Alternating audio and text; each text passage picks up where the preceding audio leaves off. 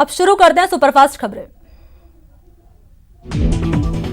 नवनियुक्त कांग्रेस प्रभारी अजय माकन आज मैराथन मंथन कर रहे हैं। माकन ने वरिष्ठ नेताओं, मंत्रियों और पूर्व प्रदेश अध्यक्ष से मुलाकात की। वहीं शाम 5 बजे पीसीसी कार्यालय में प्रेस कॉन्फ्रेंस की। बिजली बिल के मुद्दे पर बीजेपी आज प्रदेश भर में सरकार के खिलाफ प्रदर्शन कर रही है। बीजेपी ने बढ़ी हुई बिजली दरें वापस लेने और 4 महीने का बिजली बिल माफ करने की मांग की। उदयपुर में भी नेता प्रतिपक्ष गुलाब चंद कटारिया के नेतृत्व में बीजेपी कार्यकर्ताओं ने जोरदार प्रदर्शन किया। बीजेपी कार्यकर्ताओं ने कोरोना काल के 4 महीने की बिजली बिल माफी और बढ़ी हुई बिजली दरें वापस लेने की मांग की। अजमेर में बिजली के 4 महीनों के बिलों को माफ करने और बढ़े हुए दामों को लेकर बीजेपी ने प्रदर्शन किया। बीजेपी कार्यकर्ताओं ने अलग अलग जगहों पर बिजली दफ्तरों के बाहर जमकर विरोध प्रदर्शन किया। बिजली को लेकर हल्ला बोल के दौरान अजमेर के हाथी भाटा पावर हाउस में सोशल डिस्टेंसिंग की जमकर धज्जियां उड़ती नजर आई। बीजेपी कार्यकर्ताओं ने बिजली की बड़ी दर वापस लेने के साथ ही 4 महीने का बिजली बिल माफ करने की मांग की। डूंगरपुर जिले में भी बीजेपी कार्यकर्ताओं ने प्रदर्शन किया। प्रदर्शन के दौरान कार्यकर्ताओं ने कांग्रेस सरकार के खिलाफ जमकर नारेबाजी की। प्रदर्शन के उत्साह में बीजेपी कार्यकर्ता सोशल डिस्टेंसिंग ही भूल गए। अलवर में बीजेपी के धरना प्रदर्शन में सोशल डिस्टेंसिंग की जमकर धज्जियां उड़ी। इस बारे में जब न्यूज 18 राजस्थान ने बीजेपी जिलाध्यक्ष संजय नरुका से सवाल किया तो संजय ने कहा कि उन्होंने पहले ही सभी पदाधिकारियों और कार्यकर्ताओं को सोशल डिस्टेंसिंग और कोविड-19 के गाइडलाइंस की पालना के निर्देश दिए थे।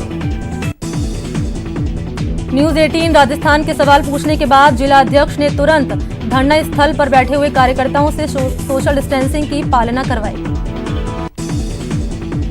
श्रीगंगानगर में बीजेपी कार्यकर्ताओं ने बिजली विभाग के कार्यालय पर जमकर नारेबाजी की और लॉकडाउन के दौरान कृषि और घरेलू बिजली बिल माफ करने और बढ़ी हुई बिजली दरें वापस लेने की मांग की।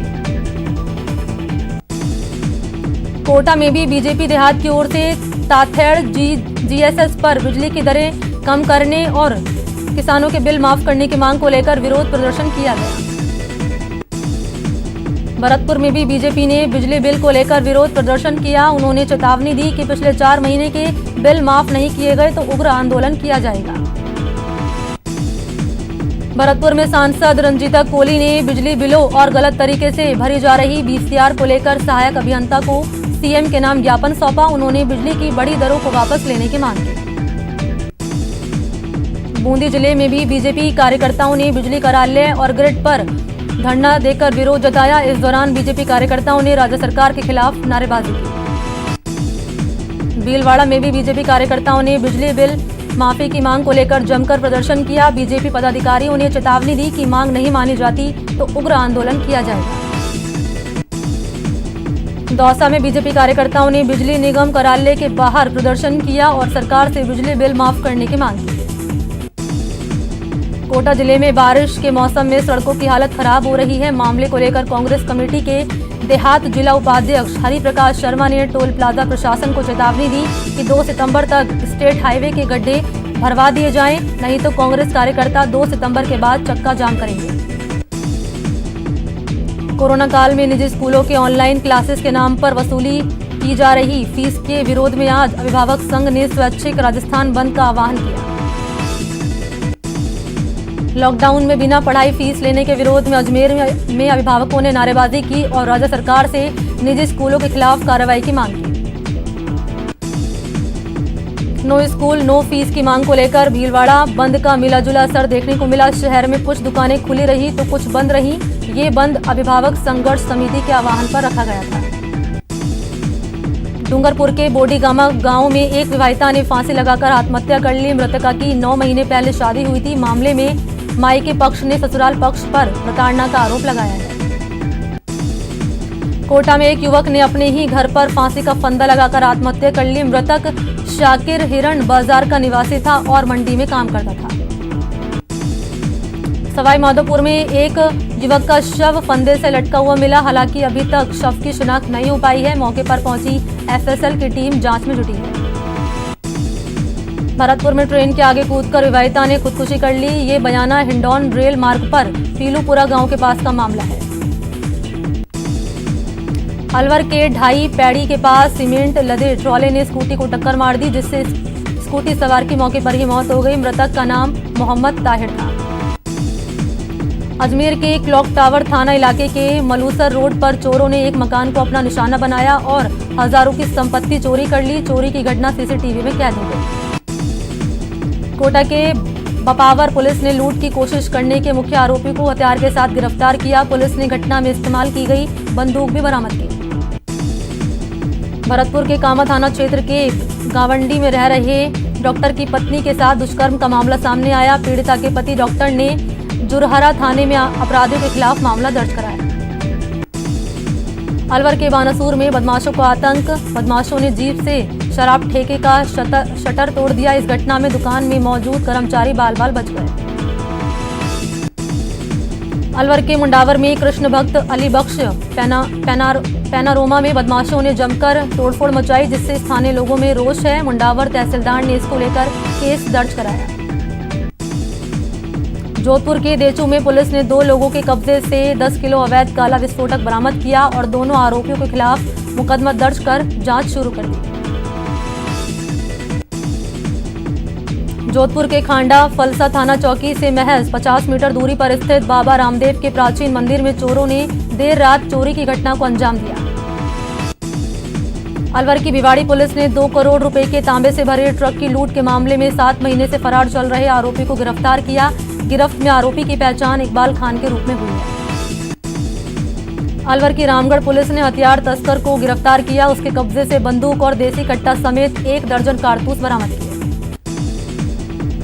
दौसा के बांदीकुई इलाके के हरिपुरा गांव में एक ही परिवार के 4 लोगों की फूड पॉइजनिंग से अचानक तबीयत बिगड़ गई। सभी को अस्पताल में भर्ती कराया गया। मध्य प्रदेश में जबरदस्त बारिश से चंबल के बांधों में पानी की आवक हो रही है। ऐसे में चंबल के गांधी सागर बांध, राणा प्रताप सागर बांध, जवाहर सागर और कोटा बैराज डैम से लगातार पानी की निकासी की जा रही है। मध्य प्रदेश में लगातार बारिश के चलते कोटा जिले में कालीसिंध, पार्वती और चंबल नदियां उफान पर हैं, जिसके चलते कोटा, इटावा, श्योपुर और बाराकोटा, बड़ौदा के साथ साथ खतौली, सवाई माधोपुर का संपर्क कटा हुआ है। कोटा के गांधी सागर में अब तक 5 लाख क्यूसेक से ज्यादा पानी की आवक हुई। जल निगम ने 14 गेट से अब तक करीब 3,27,000 क्यूसेक पानी छोड़ा है। कोटा बैराज डैम की अपस्ट्रीम में भारी आवक होने से अकेलगढ़ वाटर फिल्टर प्लांट के रॉ वाटर पंप 12 घंटे बंद पड़े हैं, जिसके चलते आधे शहर में पेयजल संकट छा गया। 12 में भारी बारिश से पार्वती नदी उफान पर है, जिससे 12 शहर के नजदीक हनोतिया गांव टापू में तब्दील हो गया। इस गांव का एक छात्र BSTC की परीक्षा देने के लिए प्रशासन से नदी पार ले जाने की गुहार लगा रहा है। उदयपुर में बारिश का दौर लगातार जारी है। सुबह से ही रुक रुक कर बारिश हो रही है, जिससे मौसम सुहावना हो गया। हालांकि बारिश की वजह से राहगीरों को परेशानी का सामना करना पड़ रहा है।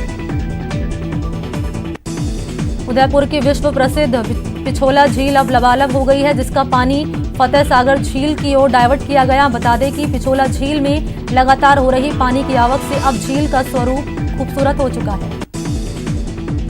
बाड़मेर जिले में भारी बारिश ने शहर को पानी पानी कर दिया। जल भराव के चलते जहां राहगीरों और वाहन चालकों को परेशानियों का सामना करना पड़ा, वहीं जिला कलेक्ट्रेट, सेवा सदन और वृंदावन धाम के पास जल भराव ने प्रशासन की पोल खोल दी।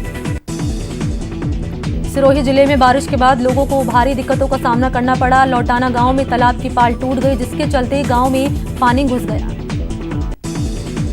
जैसलमेर शहर और आसपास के इलाके में लंबे समय बाद तूफानी बारिश के बाद जहां किसानों के चेहरे खिल गए, वहीं गरीबों पर परेशानी टूट पड़ी। भरतपुर कामा क्षेत्र के गांव सहेडा में बरसात का पानी घुसने से मकान गिर गया। गनीमत रही कि इस दौरान वहां कोई मौजूद नहीं था। झुंझुनू शहर से नयासर गांव जाने वाली मुख्य सड़क पिछले 1 महीने से बही हुई है, लेकिन जिम्मेदार इस ओर कोई ध्यान नहीं दे रहे थे। अजमेर शहर के कई इलाकों में जहां लोग पीने के पानी को मोहताज हैं, वहीं दूसरी ओर पंचशील इलाके में जलदाय विभाग की लापरवाही के चलते पानी बेकार बह रहा है। दौसा में प्री DLED परीक्षा शुरू हो चुकी है। इसके लिए दौसा में 142 परीक्षा केंद्र बनाए गए हैं।